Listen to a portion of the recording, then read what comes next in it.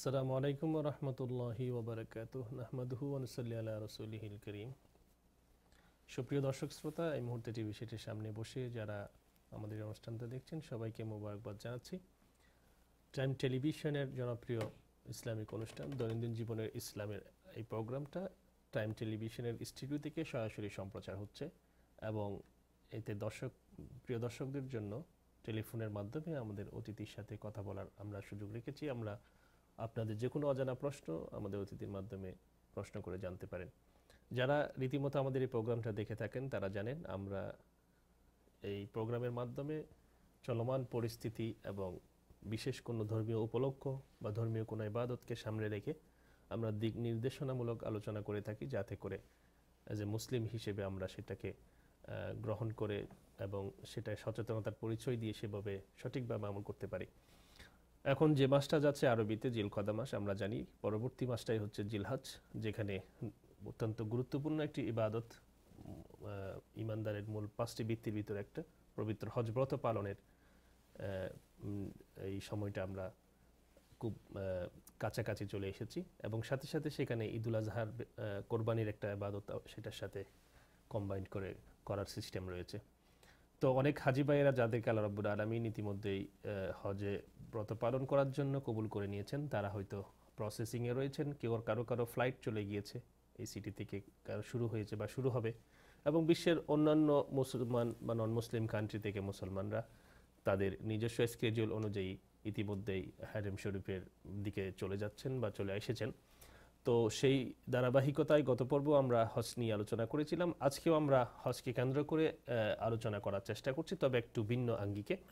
সেটা এভাবে হতে পারে যে সমস্ত মুসলিম ভাইদেরকে আল্লাহ রাব্বুল আলামিন হজ করার সামর্থ্য দিয়েছেন, ফাইন্যান্সিয়ালি, ফিজিক্যালি এবং মেন্টালি, যারা ওয়েল কোয়ালিফাইড হয়ে হজে যাওয়ার জন্য যারা প্রিপারেশন নিয়েছেন, আলহামদুলিল্লাহ তাদের তো এটা অনেক বড় রহমতের কথা, আল্লাহ রাব্বুল আলামিনের অনেক বড় ব্লেসিং তাদের উপরে। কিছু সংখ্যক মানুষ মুসলমানদের ভিতর এমন থেকে যায় বা রয়ে যাবে যারা হয়তো ফাইন্যান্সিয়ালি অ্যাফোর্ড করতে না পারার কারণে হজে যেতে পারেন না, অথবা যারা বিভিন্ন কারণে অ্যাফোর্ডেবল হওয়া সত্ত্বেও অনেক সময় হজে যাওয়ার জন্য তাদের আল্লাহ রাব্বুল আলামিনের দরবারে কবুল হয় না বা কবুল হতে ডিলে হয়। একসময় দেখা যায় যে তারা হজ না করেই পৃথিবীতে চলে যাচ্ছেন। তো আমরা বলতে পারি মুসলমানদের ভিতরে সবসময় একটা গ্রুপ থাকবে যারা হজ করার জন্য আল্লাহ রাব্বুল আলামিনের পক্ষ থেকে কবুল হবেন, সুযোগ পাবেন, করতে পারবেন। আরেকটা গ্রুপ এমন থাকবে যারা হজ না করতে পেরে পৃথিবী থেকে বিদায় নিয়ে যাবেন। তো স্বাভাবিকভাবে প্রশ্ন আসে, যারা হজের সুযোগ পান নাই তাদের জন্য হজের মতো সওয়াবের কোনো আমল কি আল্লাহ রাসূল সাল্লাল্লাহু আলাইহি ওয়াসাল্লামের বিধানে আমাদের জন্য রেখে গিয়েছেন কিনা, এবং হজের বাইরেও এমন অনেক আমল যেগুলো আমরা করে হজের সওয়াব পেতে পারি আল্লাহ রাব্বুল আলামিন রসুলের মাধ্যমে, যারা হজ থেকে বঞ্চিত তাদের জন্য এই ফ্যাসিলিটিসটা রেখেছেন এবং কি সেটা আজকে আমরা জানবো আমাদের সুযোগ্য অতিথির কাছ থেকে। বরাবরই মতো আমাদের মাঝে উপস্থিত রয়েছেন এই সম্পর্কিত গুরুত্বপূর্ণ আলোচনা করার জন্য আপনাদের প্রিয় মুখ আল নূর কালচারাল সেন্টারের সুযোগ্য পরিচালক জনাব মাওলানা মুফতি ইসমাইল সাহেব। আসসালামু আলাইকুম ওয়া রাহমাতুল্লাহি ওয়া বারাকাতুহু। ওয়া আলাইকুম আসসালাম ওয়া রাহমাতুল্লাহি ওয়া বারাকাতুহু। ধন্যবাদ আপনাকে টাইম টেলিভিশনের জনপ্রিয় অনুষ্ঠান দৈনন্দিন জীবন ইসলামের যেটা ধারাবাহিকভাবে আপনি আজকে দীর্ঘদিন ধরে আমাদেরকে সহযোগিতা করে যাচ্ছেন, গুরুত্বপূর্ণ আলোচনা রাখার মাধ্যমে আমাদের মুসলিম কমিউনিটিতে আপনি দিক নির্দেশনামূলক একটা গাইডলাইন দিয়ে যাচ্ছেন, সেজন্য আবারও ধন্যবাদ জানাচ্ছি। থ্যাংক ইউ, জাযাকুমুল্লাহ। মোহতারাম, আমরা শুরুতেই যেটা দর্শকদের উদ্দেশ্যে বলছিলাম এবং লাস্ট যে পর্বটা আমরা করেছি হজ সম্পর্কে, তো ধারাবাহিকভাবে আমাদের সবসময় একটা টার্গেট থাকে যে কারেন্ট সিচুয়েশনের উপরে মানুষকে কিছু, চলমান পরিস্থিতির উপরে মানুষকে কিছু নলেজ শেয়ার করার জন্য। তো সেই হিসেবে আমরা আজকে যেটা আলোচনা করব অবশ্যই হজকে কেন্দ্র করে, তবে একটু ভিন্ন আঙ্গিকে। আমি যেটা প্রথমে আপনার কাছ থেকে আলোচনা রাখার জন্য অনুরোধ করব সেটা হলো যে হজব্রত পালন করার জন্য যাদেরকে আল্লাহ রাব্বুল আলামিন কবুল করেছেন এবং যারা করে ফেলেছেন, যারা করছেন বা যারা করবেন, এরা তো একটা গ্রুপ থাকবে সব সময়, কিন্তু পৃথিবীতে একটা গ্রুপ এমনও থেকে যাবে যারা তাদের হায়াতে জিন্দেগিতে হজ করার হয়তো সুযোগ পাবে না, যে কোনো কারণেই হোক। তো প্রশ্নটা এখানে যে যারা স্বাভাবিকভাবে, আমরা এটা বলবো না যে আল্লাহ রাব্বুল আলামিন মানুষ তার বান্দাদের ভিতরে বৈষম্যমূলক আচরণ করছে, কাউকে হজ করার জন্য সুযোগ দিচ্ছে, কাউকে দিচ্ছে না, এমন না। ব্যাপারটা আল্লাহ রাব্বুল আলামিন এমনও করেছেন যে যারা হজ ফিজিক্যালি গিয়ে যারা হজ করবেন তাদের জন্য যে বেনিফিট, যারা হজে যেতে পারবেন না দৈনন্দিন জীবনের কিছু আমল তাদের জন্য এমন রেখে দিয়েছেন কিনা যেগুলো করলে মানুষ হজ এবং ওমরা বা ইত্যাদি কিছুর সওয়াব পায়? বিসমিল্লাহির রহমানির রহিম ওয়ালিল্লাহি আলান নাস হিজ্জুল বাইতি মান ইসতাতা ইলাইহি সাবিলা সাদাকাল্লাহুল আযীম। গত সপ্তাহে আমরা হজ সংক্রান্ত কিছু আলোচনা করেছি। তখন আমি এই আয়াতটি তেলাওয়াত করেছি এবং সেখানে একটা শব্দ নিয়ে একটু আলোচনা করেছিলাম যে যেহেতু সময় কম, যে যত জায়গায় আল্লাহ পাক ইবাদতের কথা, যেই ইবাদতের সাথে মাল অর্থাৎ আপনার সম্পদ ব্যয় করতে হবে এবং শারীরিক শ্রমও দিতে হবে, এই দুটা জিনিস মিশ্রণ আছে, সেখানে ইস্তাতা শব্দটা লাগানো হয়েছে সাধারণত। তো এই যে আয়াতটা আমি বললাম ওয়ালিল্লাহি আলান নাস হিজ্জুল বাইতি মান ইসতাতা, যে আল্লাহর জন্য আমাদেরকে হজ করতে হবে, একমাত্র আল্লাহর জন্য। মান ইসতাতা ওই ব্যক্তি, সবার জন্য না, যে ব্যক্তিকে আল্লাহ পাক সম্পদের দিক থেকে শরীরের দিক থেকে রাস্তাটাকে সহজ করে দিয়েছেন যাওয়ার মতো। তো আপনি যেটা বলছেন খুব গুরুত্বপূর্ণ, যে পৃথিবীতে সর্ব অবস্থায় অল্প কিছু লোক না, বেশি সংখ্যক লোক বাকি থেকে যাবে যারা আল্লাহর এই বিধানটা পালন করতে পারবে না। কেন পারবে না সেটা দুইভাবে হইতে পারে। উনি সম্পদের দিক থেকে কোয়ালিফাইড কিন্তু স্বাস্থ্যের দিক থেকে কোয়ালিফাইড না। আরও একটা, স্বাস্থ্যের দিকেও কোয়ালিফাইড, সম্পদের দিক দিয়েও কোয়ালিফাইড কিন্তু শরীরের দিক থেকে কোয়ালিফাইড না। যেমন একজন মা কোটিপতি, শরীরের স্বাস্থ্য ভালো কিন্তু ওনার কোনো মাহরাম নাই, ওনাকে নিয়ে যাবে এমন কোনো পুরুষ নাই, শরীয়তের দৃষ্টিকোণ থেকে উনি কোয়ালিফাইড না। এই তিন ক্যাটাগরির পরে স্বাস্থ্য নাই অথবা স্বাস্থ্য আছে টাকা নেই, এর তো অসংখ্য লোক পৃথিবীতে আছেন যারা হজ করতে পারতেছেন না। তো তাদের মনে এই ব্যথাটা থাকতে পারে। আমরা ইনশাল্লাহ এরপরে একটা আলোচনা আমাদের আছে, যারা হজ করতে যাবেন তারাও আসলে কতটুকু হজের সওয়াব পাচ্ছেন। আমরা তো মনে করতেছি হজে যাচ্ছি, সেটা আমরা একটু পরের পার্টে নিব, যে হজের মোডে থাকা। আগে যেটা সেটা হলো যে যারা যাইতে পারতেছেন না তারা যখন নাকি এই মাসটা আসে, অথবা যারা গিয়েছেন, আর মানুষ তো বেশিরভাগ যেতে পারে না, একবার বা দুইবার যাওয়ার পর মানুষের তৌফিক থাকে না, তাদেরও এই মাস আসলে সেম সিম্পিতি হয় যে আমি যদি আরেকবার যেতে পারতাম। তো এদের এই সময়টা খুব, এটাকে বলতে পারেন ভগ্ন হৃদয়, মন মরা, অথবা এক ধরনের একটা আক্ষেপ ভিতরে ঘোরাঘুরি করে যে আমি যদি, যে একবার গিয়েছে আরেকবার যেতে পারতাম, আর যিনি মোটেও যান নাই আমি যদি একবার যেতে পারতাম, এরকম ঘোরাঘুরি করে।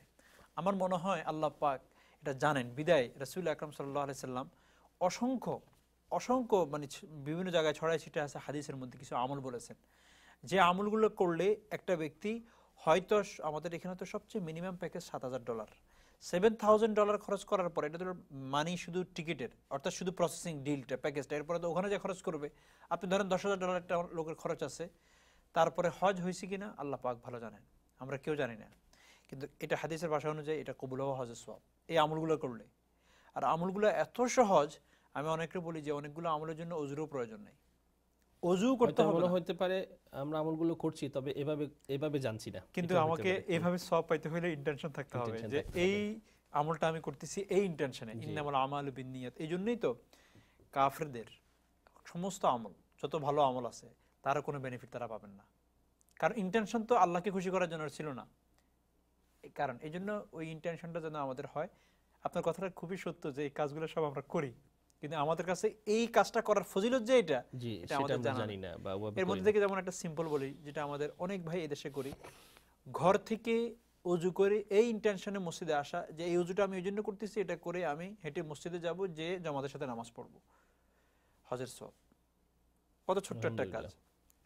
দ্বিতীয় হলো, আমরা অনেকে হয়তো আমাদের মধ্যে আমলটা আছে কিন্তু বেশিরভাগ মানুষের মাঝে নেই, সেটা হলো ফজর নামাজ পড়ার পর রাসূল আকরাম সাল্লাল্লাহু আলাইহি ওয়াসাল্লাম বলেন 15 to 20 মিনিটস কেউ যদি তার সিটে রিমেইন করে বসে থাকে, এরপরে সূর্য উদয় হওয়ার সাথে সাথে 2 রাকাত নামাজ পড়ে, যেটাকে আমরা সালাতুল ইশরাক বলি।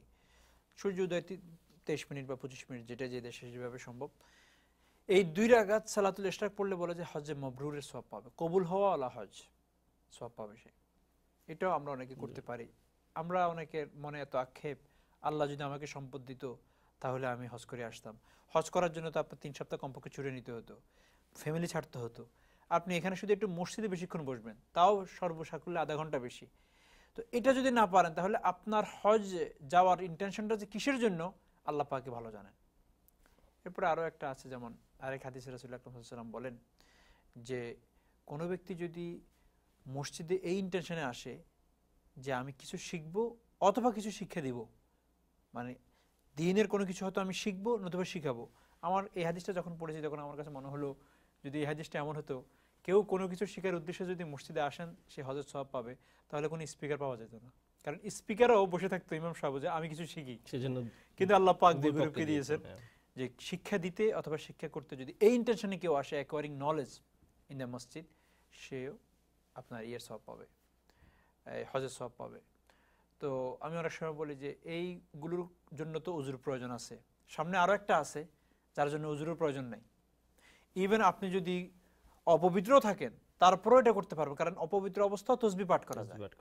সেটা হলো কেউ যদি 100 টাইমস সুবহানাল্লাহ ইন দ্য মর্নিং, 100 টাইমস সুবহানাল্লাহ ইন দ্য ইভিনিং পড়ে, সকালে 100 বার বিকালে 100 বার সুবহানাল্লাহ, শুধু এতটুকু, তাকে আল্লাহ পাক 100টা হজের সওয়াব দান করবেন প্রায়। হাদিসগুলো ফজিলতের ব্যাপারে এর আপনার বিশুদ্ধতা যদি 8-10টার মধ্যে থেকে 2টাও হয়, ওই 2টা আমলে যদি আমরা করি তো কম না। এবং আমলের ব্যাপারে তো করলে অসুবিধা নেই, এটা তো আকীদার কোনো ইয়া নাই। আরেকটা জিনিস, যখন এই সমস্ত শর্টকাট আমলে এত বেশি সওয়াব বলেন, তো স্বাভাবিকভাবে যারা একটু ইমানের ভিতরে দুর্বলতা আছে হোক অথবা যেটাই হোক, আল্লাহর বান্দাদের ভিতরে কিছু মানুষের প্রশ্ন চলে আসে যে উনি এত কষ্ট করে হজে গেল, এত এক্সপেন্স করলো, এত শরীরের এত শারীরিক এনার্জি লস করলো, তারা যে সবটা পাবে আমরা শুধু এই ছোট্ট দুটা টোটাল নেড়ে 100 বার বা যেটা বলতেছেন আমরা অত সওয়াব পাবো, জিনিসটা কি আসলে অত সহজ? মানে মানুষের ভিতরে একটা কিউরিসিটি আসে যে এই যে ওলামারা যে এই সমস্ত আমলের ফজিলতগুলো বলে, সেজন্য অনেকেই বলে থাকে, আমি কাউকে মেনশন করে বলছি না, আপনি হয়তো আমার সাথে সেটা একমত হবেন, যে এই হাদিসগুলো মানে সম্পর্কে একটু নেগেটিভ ধারণা দিয়ে থাকেন। কি জন্য?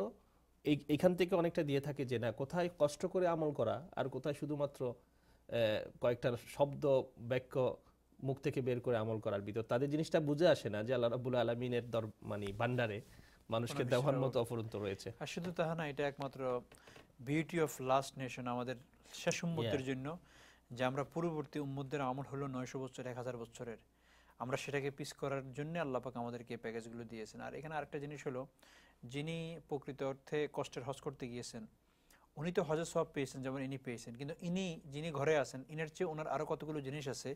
উনি যখন ঘর থেকে বের হয়েছেন তো উনি মুসাফির হয়েছেন না, মুসাফির অবস্থা উনি অনেকগুলো দোয়া করলেন না, তো উনার প্রত্যেকটা স্টেপ উনি আবার হাতিমের মধ্যে যে দোয়া করছেন না, উনি আবার কাবার ধরে দোয়া করছেন, উনি আবার ওখানে এক রাকাতে 1 লক্ষ সওয়াব পাইছেন। মানে এখানে এটাই বলতে পারেন আপনি, তো তাদের মতো কোয়ান্টিটি হইতে পারে কিন্তু ওই কোয়ালিটি তো আর হবে না। হাজিরা ফিজিক্যালি গিয়ে যেভাবে যে মানের ওদের স্ট্যান্ডার্ডটা হবে, সেই মানের স্ট্যান্ডার্ড তো আর ছোট আমল করলে হবে না, কিন্তু আল্লাহ রাব্বুল আলামিন ফিরিয়ে দিবেন না, সওয়াবটা সেভাবেই দিবে, মানুষ পাইতে পারে।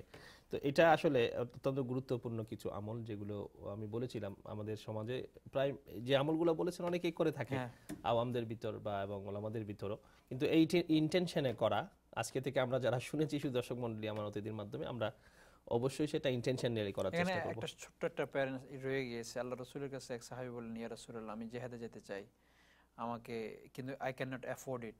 তখন ওনাকে জিজ্ঞাসা করলেন তোমার কি মা বাবা আছে কিনা? বলে যে আছে, আমার মা জীবিত আছেন।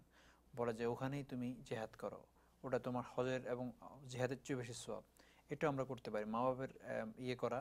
এবং আপনার জানা আছে কিনা, মাকে একবার যদি কেউ মহব্বতের নজরে দেখলে তার জন্য হজের সওয়াব কবুল হওয়া হজের, তো এগুলো তো আমরা করতে পারি। এটা অনেক ইজি। আরো যে সমস্ত আমলগুলো বলেছেন, মাকে তো সবাই এমনি মহব্বত করছে, কিন্তু এই নিয়তে এক নজর দেখা অত্যন্ত গুরুত্বপূর্ণ আলোচনা হয়েছে। আমরা একটা ছোট্ট বিরতি যাব। সুপ্রিয় দর্শক মণ্ডলী, আমরা হজে না যেতে পারার পরেও যে হজের সওয়াব পাওয়া যায় এমন কিছু আমল আমাদের অতিথির কাছ থেকে শুনেছি। আশা করি আপনারা খুবই এক্সাইটেড যে এই আমলগুলো আমরা হয়তো প্রতিদিন করছি, কিন্তু এই দৃষ্টিকোণ থেকে করছি না। আজকে থেকে আমরা করার চেষ্টা করব। পরবর্তীতে অন্য অন্য গুরুত্বপূর্ণ আলোচনাতে আমরা ফিরবো ইনশাআল্লাহ। ছোট্ট একটা বিরতিতে যাচ্ছি, ততক্ষণ আমাদের সঙ্গেই থাকুন।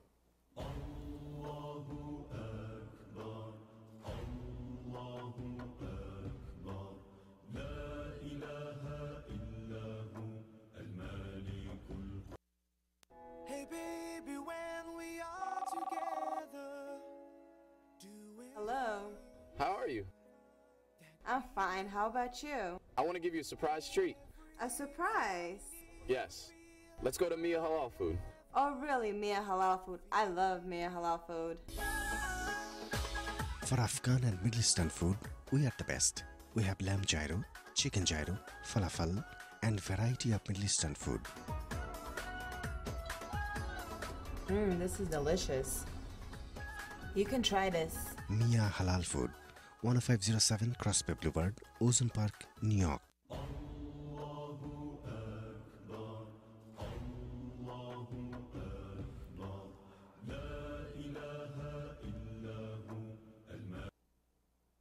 বিরতির পরে আবারও স্বাগতম জানাচ্ছি।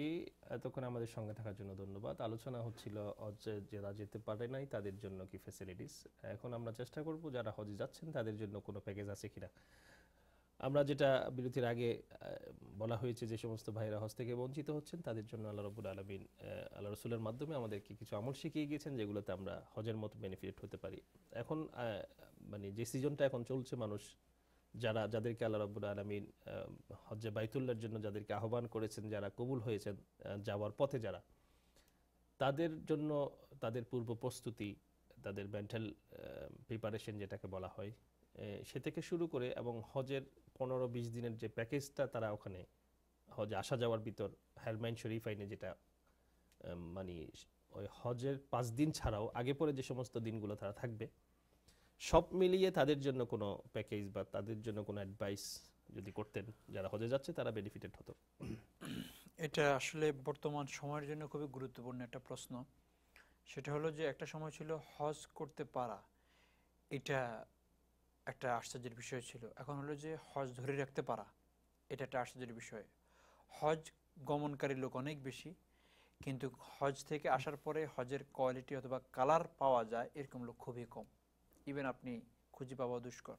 যেমন আমরা এটা আমি এই ভাষায় বলি আর একটা জিনিস সুন্দর হবে, তখনকার হাজিগুলো ছিল পাকা, রাস্তা ছিল কাঁচা, আর এখন রাস্তাটা হয়েছে পাকা, হাজিগুলো হচ্ছে কাঁচা, যেগুলোর পরিপক্কতা আসে নাই। আল্লাহ হেফাজত করুন। আমি তো এর আগে যারা ফজিলতের হাদিস বলেছি যে হজের সওয়াব পাওয়া যাবে, যারা হজে যাচ্ছেন তাদের একটাই পজিটিভ হাদিস বলবো, আর নেগেটিভ কথা একটু বেশি এই জন্য বলবো কারণ নেগেটিভ দ্বারা লাভ হলো কোনো হাজি যদি এগুলো থেকে বেঁচে থাকে তাহলে আর পজিটিভটা তো হয়ে গেল, বাকিগুলোই পজিটিভ। রাসূল আকরাম সাল্লাল্লাহু আলাইহি সাল্লাম বলেন যখন নাকি কেউ হজ করতে আসে আর প্রপার ওয়েতে সে হজ করে তখন সেই হজের জায়গা থেকে ঘরে ফিরে যায় একটা মাসুম বাচ্চার মতো, তার আমলনামা তার কোনো গুনাহ থাকে না, মনে হয় যেন আজকে সে মায়ের পেট থেকে ভূমিষ্ঠ হয়ে আসছে। দেখেন মায়ের পেটের সাথে ভূমিষ্ঠ হওয়া সন্তানের সাথে তার সম্পর্কটা করেছে। এটা অনেকটা এরকম যে নতুন যেমন নাকি মায়ের পেট থেকে যে সন্তান আজকে আসে সে নতুন লাইফ পাইলো, একটা লাইফ ছিল ওখান থেকে একটা লাইফ আসলো। এটা এমন না কিন্তু সে পৃথিবীতে বা তার এই প্রথম জন্ম সে আরো 9 মাস আগে হয়েছে, কিন্তু সে আরেকটা এনভায়রনমেন্টে ছিল, যেই এনভায়রনমেন্টে সে কিন্তু অনেকটা কালো এনভায়রনমেন্টে ছিল যেটাকে আমরা পানি বলি, এবং অন্ধকার, কত বেশি অন্ধকার মায়ের পেট এটা সাধারণভাবে বোঝা যায়। আমরা একটুখানি কাপড় দিয়ে গোড়া দিলে ভিতরে কিছু দেখি না, সেখানে এতগুলো টিস্যুর পরে যায় আপনার বাচ্চাদানি, তারপরে বাচ্চা। ঠিক অনেকটা যে এতদিন হয়তো গুনার কালো চাদরের মাঝে তুমি আচ্ছাদিত ছিলা, এখন তুমি সেখান থেকে ফ্রেশ দুনিয়াতে আসলা। এই একটা ফজিলতের হাদিসে যথেষ্ট। কিন্তু নেগেটিভনেসটা হলো এই যে একটা বাচ্চা ওই পৃথিবীতে আসতে যেমন 9 মাস পর্যন্ত পেটের ভিতরে সে ধাক্কাধাক্কি করে, প্রথম দিন সে বাইরে না, 9 মাস পরে যখন নাকি সে পৃথিবীতে আসার জন্য উপযুক্ত হয় তখন তাকে আল্লাহ পাক সুযোগ করেন বাইরে হওয়ার জন্য। ঠিক তদ্রূপ হজ করতে আমরা যারা যাই আমরা একটু চেষ্টা করি যে হজে যাওয়ার আগেই আমার হজে কালার লাগার জন্য আমার এই মেন্টাল মানে ফিজিক্যাল সব কিছুর মধ্যেই এক ধরনের পরিবর্তন আনা প্রয়োজন। বাচ্চাও বাইরে হওয়ার আগে দিয়ে তার শরীরের মধ্যে পরিবর্তন শুরু হয়, সে আর আগে যেভাবে স্বাভাবিক খানা খাইতো সেভাবে না, সে এখন বাইরেতে চায়। আমরা যারা হজে যাই আমরা আমাদের মুডটাকে একটু চেঞ্জ করি। আমাদের কতগুলো মুড আছে, যেমন যখন ব্যবসায় বসি তো ব্যবসায়িক মুডে বসি, যখন কেউ মসজিদে বসি তো এবাদতের মুডে বসি, যখন আমরা কেউ ঘরে আসি বাচ্চাদের সাথে বসি তখন প্যারেন্টসহুডের মুডে বসি। কিন্তু আমাদের অনেক ভাই আছেন ওয়ার্ল্ডলি যে মুডটা, পৃথিবীর সাথে কানেকশনের মুড আর চেঞ্জ করে না, এই মুডে থেকে যায় উনি যেখানে যান। ইভেন উনি হজে গেলেও, আপনি আরেকদিন আলোচনা করতেছিলেন যে এই মুডটা ধরার একটা পদ্ধতি হলো এই যে উনি ওখানে গেলেও ঘরে নামাজ পড়েন, ওনার হোটেলে নামাজ পড়েন, ঘরে যেমন থাকতে ঘরে নামাজ পড়তেন মসজিদে যেতেন না, তো হেরেমে যাওয়ার পরে উনি হিলটনে নামাজ পড়তেছেন মসজিদে যাচ্ছেন না, ওই যে মুড চেঞ্জ করেন নাই। এই মুডটা যদি আমরা চেঞ্জ না করি তাহলে ঠিক ওই রোজার ওই হাদিসটা আসলে ইবাদতগুলোতে আমরা ওই যে আপনি বলছেন যে পার্থিব মন মানসিকতা, যেটাকে আপনি ওয়ার্ল্ড লাইফের মুড বলতেছেন, আমরা যে কোনো সামাজিক অনুষ্ঠানে গেলে ওই অনুষ্ঠান মুডটা ততক্ষণই ধরে রাখি যতক্ষণ অনুষ্ঠানটা থাকে। জি, এরপর যখন চলে আসবো তাহলে আমাদের যেখান থেকে এটা আমাদের নিসিয়ান মুনসিয়ান যেটাকে বলা হয় আমরা ভুলে যাই। তো আমরা এই মুডটাই কিন্তু ওখানে আমরা আবার অ্যাপ্লাই করতে চাই যে হজ যতদিন অতদিন ওই মুডে থাকবো, আজকে চলে আসছে আবার আমার মুডটা সেই পুনরাবৃত্তি হয়ে যাবে। এটাই মনে হয় আপনি মেনশন করতে চাচ্ছেন যে আমরা মুডটাকে কি বলে এটাকে মানে ধ্যান ধারণায় আমাদের জি জি আমাদের ধ্যান ধারণার মাঝে হজ আর আরেকটা কতগুলো জিনিস আছে যেটা যেহেতু হজে অনেকে যাচ্ছেন, আমরা হজে যাওয়া এবং আসার ক্ষেত্রে যারা রিসিভার এবং যারা ওনাদেরকে ডিপার্চার করি এদের কতগুলো আদব একটু লক্ষ্য করার চেষ্টা করি। এটা এই জন্য বলি যেহেতু আমাদের আজকালকে অনেকে দেখি হজে যখন যায় তো প্রত্যেকের কাছে উনি দোয়া চান, কিন্তু বিপরীতটা হলো প্রত্যেকে ওনার কাছে দোয়া চাবেন। রাসূল আকরাম সাল্লাল্লাহু আলাইহি সাল্লামও চেয়েছেন যে দেখো তোমরা হজে যাচ্ছ, হযরত ওমর ফারুক রাদিয়াল্লাহু আনহু বলছেন, আলীকে বলছেন তোমাদের দোয়ার মাঝে ভাইকে ভুলবা না, মানে আমাকে ভুলবা না। এক তো হলো, আর দ্বিতীয় হলো আমরা কতটা কমার্শিয়াল হয়েছি। তো আঙ্কেল আপনি কালকে হজে যাচ্ছেন কিভাবে, বলে যে সকালবেলা ট্যাক্সি চলে আসবে, ট্যাক্সিকে আগে বলে রাখছি, অথবা কেউ বলেন কালকে যাওয়ার আগে ফোন করলে ট্যাক্সি আসে যাবে। অর্থাৎ আমাদের মেন্টালিটি এরকম হয়ে গেছে যে আমি একবার যদি হজ করতে পারতাম, হজের সময় হলে আমার মনের এত ব্যাকুলতা, একজন হাজিকে মানে এয়ারপোর্ট পর্যন্ত দিয়ে আসার মতো লোকের অভাব আছে। মসজিদে 10টা লোক জানে যে কালকে উনি হজে যাবেন, একটা লোক এই কথা জিজ্ঞাসা করে না ভাই আপনার কালকে যাওয়ার ক্ষেত্রে ট্রান্সপোর্টেশনের কোনো প্রয়োজন হয় না, আমি রেডি আছি, আমার কোনো অসুবিধা নাই। মানে আমরা ওই সুযোগটাও নিতে পারি যে হাজিদেরকে এক্স্যাক্টলি ওখানে কত বড় সওয়াব। কারণ আপনি যদিও উনি আপনার দৃষ্টিতে অনেক গুনাহ করেন, কিন্তু এই মুহূর্তে উনি আল্লাহর মেহমানের মুডে আছে, এই মুহূর্তে আল্লাহ পাক ওনাকে ডাক দিয়েছেন, না হলে কবুল করছেন, না করলে উনি কিভাবে যাচ্ছেন, কিন্তু আমরা তা করি। দ্বিতীয় হলো আমরা ওনাদেরকে হাদিয়া তোফার মাধ্যমেও কিন্তু দোয়া নিতে পারি যে আপনার এহরামটা আমি কিনে দিই, আপনার $100 একটা গিফট দিলেন, আপনি ওখানে যেয়ে কিছু খরচ করিয়েন, বাস এই মাধ্যমে কিন্তু আমরা দোয়া পেয়ে যাই। কারণ আমার জন্য $7,000 খরচ করা কঠিন, কিন্তু $100 তো কঠিন না। এটা কয়জনে করি, এটা দেখলো প্রথম। দ্বিতীয়টা আসেন এবার ডাইরেক্ট এয়ারপোর্ট থেকে সোজা ট্যাক্সি ধরে চলে আসেন, অথচ মানে যখন নাকি কোনো হাজি আমাদের দেশে আজ থেকে 20 বছর আগের কথা বলি, তো গলায় মালায় দিয়ে তারপরে আপনার ঘোড়ায় চড়ায় হাজি আসতেছে। আমি বলবো না যে ওটা আদাব এবং ওটা সুন্নত, তবে এতটুকু তো সুন্নত যে একজন হাজিকে সম্মান করে নিয়ে আসা। যেই দেশে যেভাবে ইস্তেকবাল করাটাকে সম্মান বুঝায়, আমাদের দেশে এখন গাড়ি এটাই সবচেয়ে বেশি সম্মান, এবং পারলে তাকে ফ্লাওয়ার দিতে পারেন, মানে কেউ যদি অন্ততপক্ষে যায় তাকে রিসিভ করার জন্য, সেটা অনেক বড়। শুধু তা না যে ওই দিন আসার সাথে সাথে আজকে আপনি আমাদের বাসায় খাবেন, শুধু এই দাওয়াতটা উনাকে এই জন্য করা যে এই ব্যক্তিকে আমি জীবনেও দাওয়াত দিতাম না, কারণ এই ব্যক্তির সাথে আমার কোনো লেনদেন নাই, only for the sake of Allah, এই মাত্র উনি আল্লাহর ঘর থেকে আসছেন, আর কিছু না। আমার কাছে তো মনে হয় অনেক সময় এই ধরনের ছোট ছোট অ্যাক্টের দ্বারায় হইতে পারে ওই ভাই হজ করতে যায়ও ওইরকম কামাইতে পারেন নাই, এই ভাই এই ছোট্ট একটা করে যে কামাইটা করে ফেলছেন, সেটা because of intention, pure intention. তো এটা বললাম যারা আমরা হাজিদেরকে বিদায় দিই অথবা রিসিভ করি। আর যারা হজে যান তাদের ব্যাপারে থাকবে যে আপনার ব্যাপারে মানুষের যে ধারণা, ওই ধারণাটা যেন ঠিক থাকে। সেটা হলো আল্লাহর ঘরে গিয়েছে উনি হজ করে আসতেছেন। আপনার হজের আগের কার্যকলাপ আর হজের পরের কার্যকলাপের মধ্যে একটা পরিবর্তনের প্রয়োজন। এই জায়গাটায় আমরা অনেক পিছনে পড়ে আছি। সবার কাছে অনুরোধ থাকবে যে হজের আগের জিন্দিগির সাথে পরের জিন্দিগির পরিবর্তন যদি নাই করতে পারি, তাহলে মাঝখানে আমাদের হজে যাওয়া আসাটা সফর ছাড়া অন্য কিছু না। ধন্যবাদ অনেক আপনাকে গুরুত্বপূর্ণ হাজিদের খুব সংক্ষিপ্ত আকারে গুরুত্বপূর্ণ কিছু অ্যাডভাইস দেওয়ার জন্য, এবং সাথে সাথে হাজিদের বলবো না, যারা হাজি ভাইদেরকে যারা দিতে যান, যারা আনতে যান, এই সমস্ত ব্যাপারগুলো আসলে আমাদের কমিউনিটিতে আলোচনা না থাকার কারণে যেগুলো আমরা মনে করি না যে সেটা এটা একটা বড় সোয়াবের কাজ বা এগুলো আসলে করণীয়। ধন্যবাদ আপনাকে আনকমন কিছু জিনিস দর্শকদের সামনে তুলে ধরার জন্য। সুপ্রিয় দর্শক মণ্ডলী, আমরা শুনছিলাম দীর্ঘক্ষণ আলোচনাতে, আমরা এটাও আলোচনা করেছি যারা হজে যেতে পারবেন না তাদের জন্য কি এমন কোনো ব্যবস্থা আছে কিনা আল্লাহ রাসূলের আদর্শে, যেখানে আমরা হজে না গিয়েও হজের মতো বেনিফিট হতে পারি। এবং আরও শুনলাম যারা হজে যাচ্ছেন এবং যারা হজে হাজি ভাইদেরকে যারা ইস্তেকবাল করছেন বা যাদেরকে সি অফ করতে যাচ্ছেন তাদের করণীয়গুলো কি, এগুলো আমরা শুনলাম এবং সেভাবে আমল করে আমরা নিজেদেরকে বেনিফিটেড করতে পারি। আরেকটা যে বিষয়টা, আমরা অন্য অনেক সময় অনেক বিভিন্ন জায়গায় ট্যুরে যাই, ট্রাভেলে যাই, সেটা এনজয়মেন্টের জন্য যাই, বেড়ানোর জন্য যাই, এবং সেই মন মানসিকতাকে আপনি রেখে হজটাকেও একটা ট্রাভেল বা এক ধরনের একটা পিকনিক মোড়ে যাতে আমরা না নিই, এ কথাটা এজন্যই বলছিলাম যে হজের ভিতরে যে সমস্ত কর্মকাণ্ডগুলো ম্যান্ডেটরি বিষয় বা করতে হয়, এগুলো করার পর যে অফ সময়টা বা অবসর সময়টা থাকে, সেটাতে আমরা যারা হজে গিয়েছি তাদের হয়তো অভিজ্ঞতা আছে যে মানুষ তাদের অবসরটাকে এইরকম একটা পবিত্র জায়গায় নিজেদের আমল বাড়িয়ে বেনিফিটেড হওয়ার পরিবর্তে সে আগের মতোই আড্ডা দেওয়া অথবা অন্য কিছু করা, শপিং করা, বিভিন্ন ধরনের পার্থিব জগতে যে সমস্ত জিনিস আমরা করি এগুলোতে আমরা জড়িত হয়ে যাই। ইভেন আমাদের অতিথি বলেছেনও যে আমরা হেরমান শরীফেন বা বাইতুল্লাহতে নামাজ না পড়ে অনেকেই আমরা হোটেলে বা বিভিন্ন জায়গায় নামাজটা পড়ে ফেলি, অথচ যেখানে নামাজ পড়লে বলা হয়ে থাকে 1 রাকাত নামাজ 1 লক্ষ রাকাত নামাজের মতো সওয়াব পাওয়া যায়। তো জীবনে একবার হজ করার সুযোগ পেয়েছি, পরবর্তীতে আর যেতে পারবো কিনা এই ধরনের কোনো গ্যারান্টি তো কোনো কিছু নেই। সেজন্য যেবারই যাব সেবার যত বেশি পারি আমরা নিজেদেরকে আল্লাহর নৈকট্য অর্জন করার জন্য অগ্রসর করব। সেটাই সবার প্রতি আমাদের আজকের এই আলোচনা থেকে আপনাদেরকে সেটাই সেই দিকে পথ দেখাচ্ছি আমরা। আমাদের অনুষ্ঠান দেখার জন্য ধন্যবাদ। পরবর্তী অনুষ্ঠান দেখার আমন্ত্রণ জানিয়ে আপনাদের থেকে বিদায় নিচ্ছি। আসসালামু আলাইকুম ওয়া রাহমাতুল্লাহি ওয়া বারাকাতুহু।